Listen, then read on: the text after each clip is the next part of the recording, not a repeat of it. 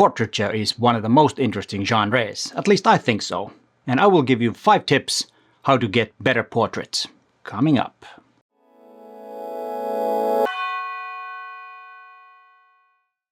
Hi there, my name is Forsgard, a professional photographer from Helsinki, Finland. And before we get into those 5 tips that will make your portraits better, a reminder. A few weeks ago I launched photographic courses, and if you're interested in those, go to the description of this video and click the links to Retrieve platform. There you can find all the courses. And here is a video about those, so if you have missed that, you might want to watch that before you decide to buy. But let's get back into the portraits.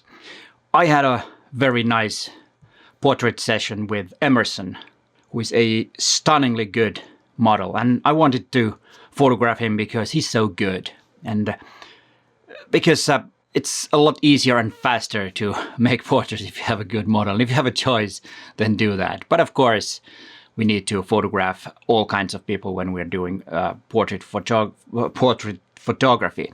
And since portraiture is something that I've done the most in my career as a photographer, which might not be so obvious if you watch my videos on my channel, there is not much about portraiture, but now there will be a bit more because I just love that photo session with Emerson. I will be doing some more with some other models too. The first tip, get close.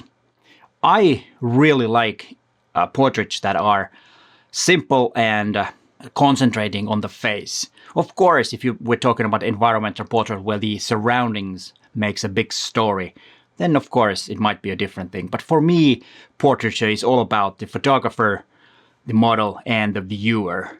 And that's kind of like the core essence of portrait. You have the face and that's it. If the photograph is no good when there's only the face, then photographing needs to be practiced a lot more. And I will go into some other things, of course. Like I said, there will be 5 tips. If we compare these 3 photographs here, they're taken in these first 2 are in the same place, and then the third one is in a different place. The first one here, no good, I don't think. Okay, the face is, Emerson is all right here, light is okay, and everything is okay, but there is such amount of distracting elements in the surroundings around Emerson. This one is a lot better. It's more calm, and still the light is quite good. No problem with that.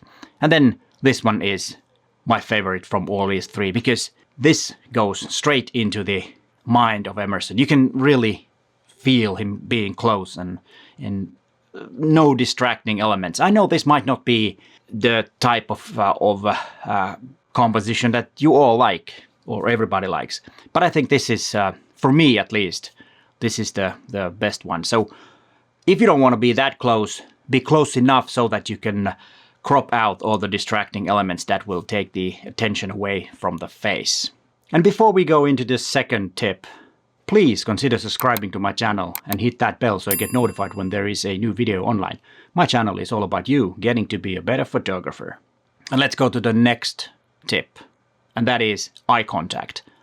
For me, good eye contact is the key in a photograph, so that the model is looking straight at the camera so that you can see the eyes and you have eye contact with the model. It makes the portrait a lot stronger. I know there are portraits where people are watching like this and you know, thinking about and looking to the future or whatever. And yes, it's totally okay and it had its place. But for me, strong eye contact is the thing. That usually is the kind of like the first thing that I see in a portrait are the eyes anyway. So if there's a good eye contact, it's most likely a more strong or stronger portrait, and you feel like you have a contact with the model. It's really hard to explain, but that's the way I feel about this. Now then, let's go to the third tip, and that's background. We already talked about the background when I was saying that we need to get really close, and that's of course important so that we crop the image so that there is no distracting elements in the background.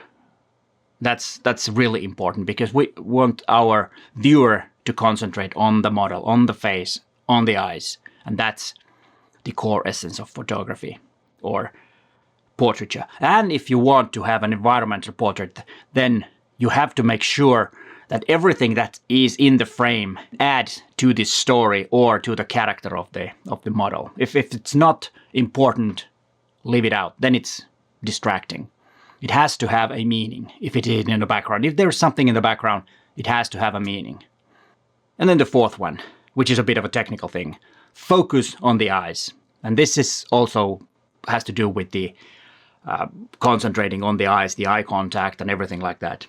If you have a eye detect autofocus on your camera, use that because that's the best way. It will focus right in the eye. It doesn't focus on the glasses or the ear or the tip of nose. It will concentrate the focus on the eyes. And when you have sharp eyes, you will have a stronger portrait. And then we have the fifth one, which is light.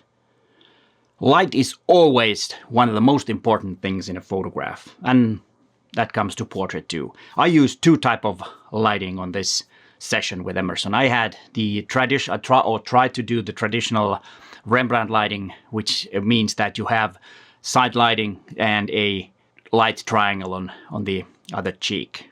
That's usually the most flattering way of lighting a face. Having light coming 45 angles to the side and 45 angles to upwards, and then have other side a bit more dark. And how dark it is a matter of taste. Usually the cheek that is on the shadow side, the classical way is to have 1.5 stop darker. Then it will be the classical way. I don't know where that comes from, but it's usually quite pleasing. If you want to have it less or more, it's all up to you. It's a bit different character of the image if you have really dark, or if you have the 1.5. It's a bit different atmosphere in the photograph. But the main thing is to have a side lighting. And then the second type of light that I did have was the so-called paramount light, butterfly light, where the light was right in the middle and makes a kind of like a butterfly shape under the nose, and then it will make the cheeks a bit slimmer. And that's another good way of doing. You don't necessarily use that for males that much. It's more of a beauty light. But since I took all these photographs with no extra light, all the light that I used were lights that were in the city. And that was the whole point of this. When you have side lighting and then you have the other side is light and the other side is on has more shadow, then you need to look at the background. We've talked about the background before when we talked about distracting elements, but also light, because you want to have separation from the background. You don't want the model to blend into the background. So light is key here.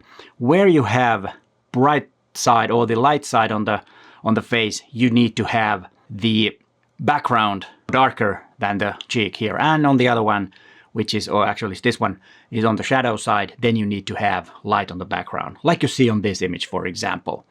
The separation from the background is really important. And that's usually where the images that people make will fail. They don't concentrate on the light enough. And if you have any thoughts about portraiture, what is important for you in a portraiture, in a portrait, and if you think that I missed a very crucial point, please let me know in the comments down below. And here is the video about my course. You might want to watch that next and see if that's something for you. But hey, thanks for watching and bye for now.